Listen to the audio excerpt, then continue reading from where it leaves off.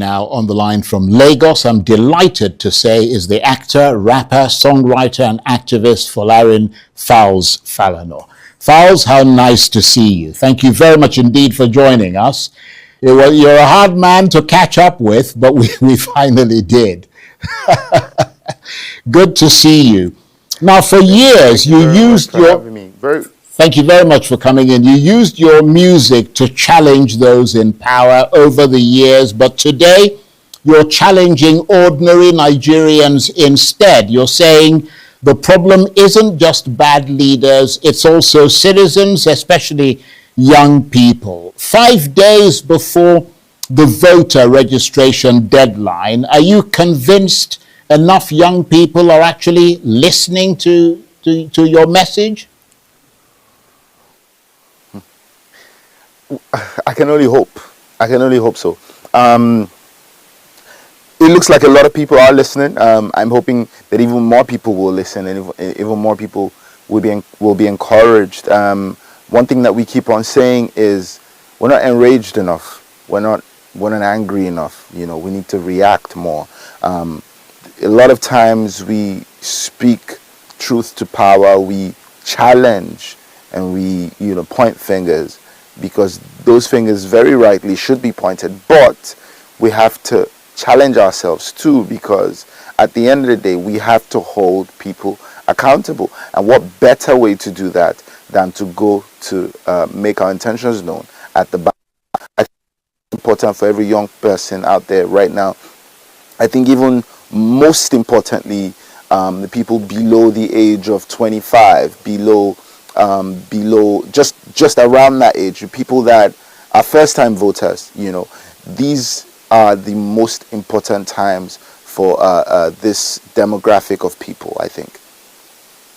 Indeed, and you often say, and you just sort of mentioned that askance a moment ago, that if young people vote in their numbers, they can decide who governs. But many young Nigerians insist elections are already rigged before the first ballot is cast. What do you say to someone who believes their vote simply doesn't matter?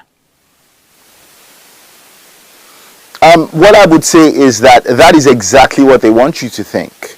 That is exactly what they're counting on you thinking. And if it didn't matter, they wouldn't be running helter-skelter to do everything within their power to try and influence those results. We can see with everything that's been happening, all these so-called politicians and public office holders defecting from one side to the other, and this person promising to deliver their area and their units or whatever you like.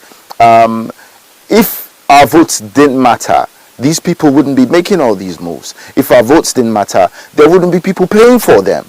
There wouldn't be vote buying. If it didn't matter, it matters more than ever, more than we think it does. If there is an overwhelming majority of people, moving towards a certain direction, it would be virtually impossible to do anything to cheat that. So that is exactly what we need. We need an overwhelming majority letting our intentions known at the ballot. And if there's still somebody saying today in 2026 that, oh, my vote doesn't count and that is why I'm not going to go out to vote, I think that is just an excuse, and a weak one at that. Of course, one way to do that, as you have been pointing out, is for people to register. And I understand you can now do that on your smartphone from the comfort of your sort of bedroom or wherever you are. I mean, if technology has made registration easier than ever, then technically there isn't really an excuse, is there? There is no excuse, like you've rightly said. You can easily just go up to the INEC portal on your phone or on your laptop, but in the comfort of your house, as long as you have internet connection. Go onto the website, put in these details. It's very straightforward. It's very easy and should be very convenient for anyone that really is interested in doing it. You're working with Go Nigeria alongside respected voices like Atedo Peterside, Bishop Kuka, Aisha Yesufu, Muhammadu Sanusi II. I mean, beyond asking people to register, what practical reforms are you demanding to ensure that every vote actually counts? To be honest with you, I think what would have been great to see was the live electronic transmission of results. There was legislation on that, and I remember when that was ongoing, there was a lot of debate about that back and forth, and what was eventually allowed in there was the law that still has a caveat, save for instances where there are network issues. But I think if we really are serious about delivering free and fair elections, I see no reason why that didn't go through, for example. I see no reason why we can't transmit results in real time as they're happening. With the budget, with the budget that INEC is using to run these elections, it's in trillions. It's in trillions. I remember the 2023 elections, when they happened, there was a lot of uproar. 300 billion, over 300 billion being used for the elections. Now it's in trillions. I don't know what that money is going into if we can't make sure that every single thing is on point. If we can't make sure that something as little as internet connectivity is solved, that would be my own 2 cents. You supported Peter Obi in 2023. I mean, what lessons have you learned from that election, not just about politics, but about organization, expectations, and staying engaged after election day? Okay, just a point of correction. I've never, in 2023 or at any point, openly supported any politician or political party. I've only actively encouraged people to go out to vote and let their intentions be known. What I clamor for is a free and fair democratic process, that people let their intentions be known and that people go out to vote. These, I think, are very important to strengthen our democracy in this country. But I've never actually stuck out my neck for any politician for obvious reasons. We've been going in cycles, and it just seems like almost the same crop of people. We keep on reshuffling, and at the end of the day, it's tough to even sit anywhere and vouch for a Nigerian politician in 2026. So for me, it's a move of caution. If I see someone that I feel 100% is the one, maybe I would, but as it stands, I'm just trying to be cautious. I'm trying not to outrightly stick out my neck for anyone. But in terms of lessons learned from the last elections, what I would just say is a lot more people need to come out. A lot more people need to come out. And like I said earlier on, if there is an overwhelming majority, it would be incredibly difficult for them to cheat that. Now, I mean, fair enough. I mean, let's look at your music as a tool for activism. I mean, from This Is Nigeria, which I thought was a fantastic piece of music, to Yakubu, and now Break Time. I mean, you've consistently used music to confront power. Does protest music still have the power? Okay, Can you hear me? Okay. Does protest music still have I lost you for a second. Okay. You're back now. Yeah. Well, I'm glad you can hear me. Does protest music still have the power to move governments and effect change, or does it mostly preach to people who already agree with you? To be honest with you, I think music from now, music before, music now, music in the future, music will always have the power to effect change, any sort of change at any level, to speak to anyone. Music is a thing, is a phenomenon that evokes emotion, and regardless of who you are, regardless of where you stand, music will always have the power to evoke an emotion in you. So I think, protest music, as you've termed it, is a sort of music that galvanizes people.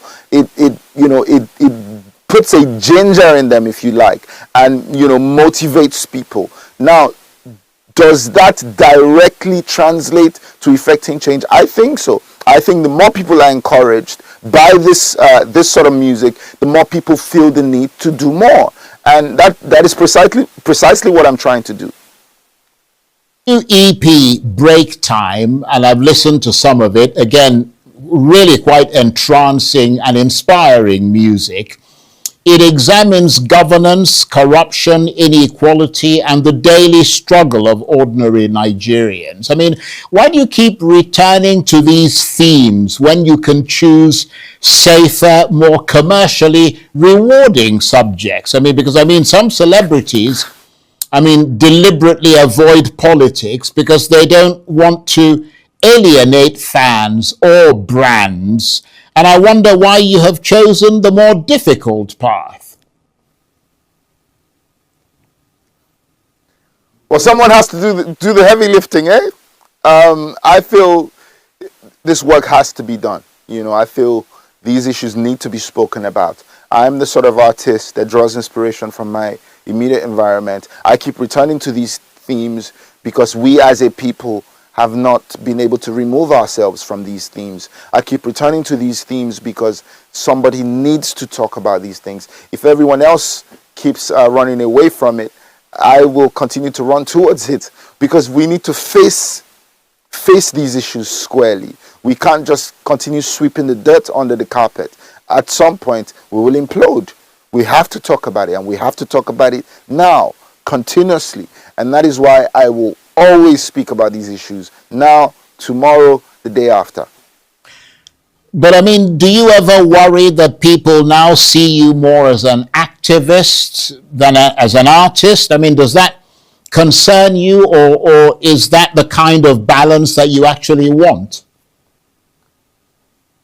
To be honest with you, as an artist, as a musician, as a celebrity, as a public figure, what are you? You are someone that's celebrated, but what is purpose if there isn't something that I'm sort of streamlining that towards? I've decided that my being celebrated, I want to streamline it towards being a thought shaper, being an icon, being someone that positively influences. This is what I've always dreamt to do. I want to positively influence my immediate environment. So if this is what I'm looked at as, then I think that's great, actually. I think that's wonderful. Am I still the guy that will still give you club bangers? Am I still the guy that would still feature in movies? Am I still the guy that will still entertain you? Yeah, of course I am. But, that aspect of me that you're speaking about, this activism, if this is what you see first, that's beautiful. That's perfectly okay. Very interesting indeed. Let's return briefly to the theme of voter registration. If millions of young Nigerians ignore this voter registration deadline, which is this coming Sunday, and a 19-year-old watching us tonight says that he or she couldn't be bothered because politicians are all the same, give us your strongest argument why that young person should still register before Sunday's deadline.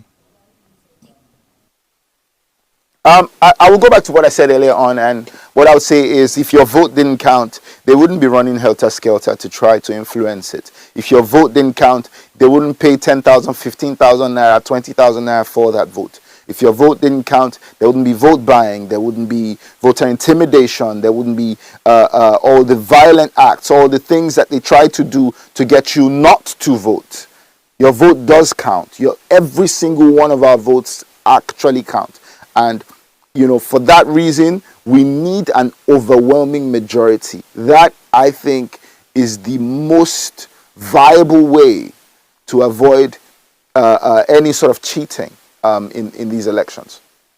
Before we let you go, you've challenged governments through your music, you've marched on the streets, you've mobilized young voters, and you remain one of this country's most outspoken public figures. But if after all that, Nigeria looks exactly the same after the 2027 elections, will you conclude that activism has failed or that Nigerians simply haven't done enough?